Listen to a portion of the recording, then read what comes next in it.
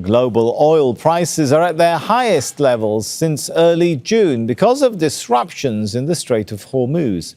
Brent crude is trading above $95 a barrel. And on the other side of the Arabian Peninsula, oil tankers made U-turns in the Red Sea after threats by Yemen's Ansarullah Houthis to target the Mandeb Strait.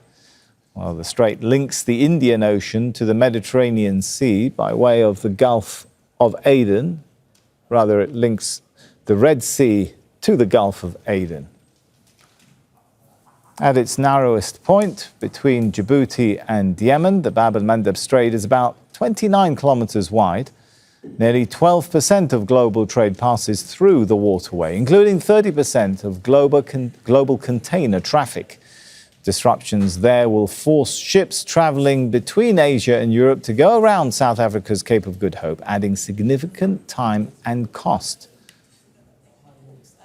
Let's go live to Yousef Mawry in Yemen's capital. He joins us from Sanaa. So, Yousef, first of all, let's start with what is actually happening on the seas. Are we seeing the Houthi announcement take effect at this point?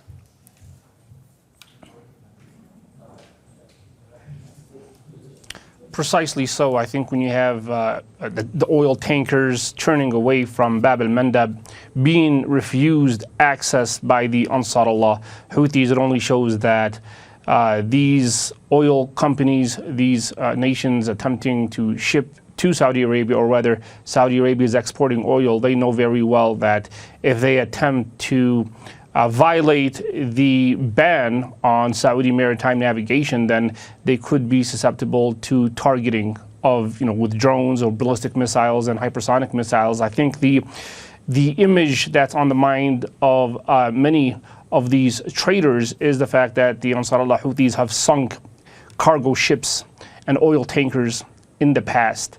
The blockade that was imposed on Israel that lasted for 2 years, it effectively led to the bankruptcy of the port of Haifa and the port of Eilat in southern Israel. And I think Saudi Arabia realizes this, and they know very well that perhaps the best option is not to jeopardize the lives of the crew on board these vessels. Now, the big question is whether this ban only applies to outbound Saudi shipping.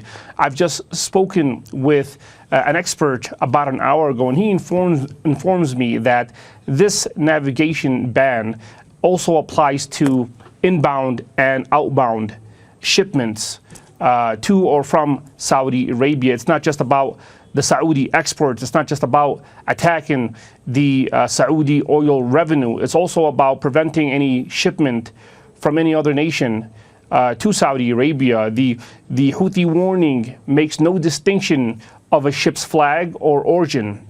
This is all based on whether there's shipping that attempts to load or unload at any Saudi ports. That's the sole trigger in this maritime ban against all Saudi navigation. And as I mentioned, this is a matter that's being taken seriously by Saudi authorities. It's also being taken seriously by nations who trade with Saudi Arabia. And I think now people and nations and cargo companies are just waiting to see how serious the Yemeni group is about imposing a blanket ban on all types of Saudi trade, whether that's in its oil industry or any products, any containers that are being shipped to Saudi Arabia. They're also going to be targeted according to the statement and according to Ansarullah Houthi officials. All right, that's Yousef Mawry for us from Sanaa. Thank you so much.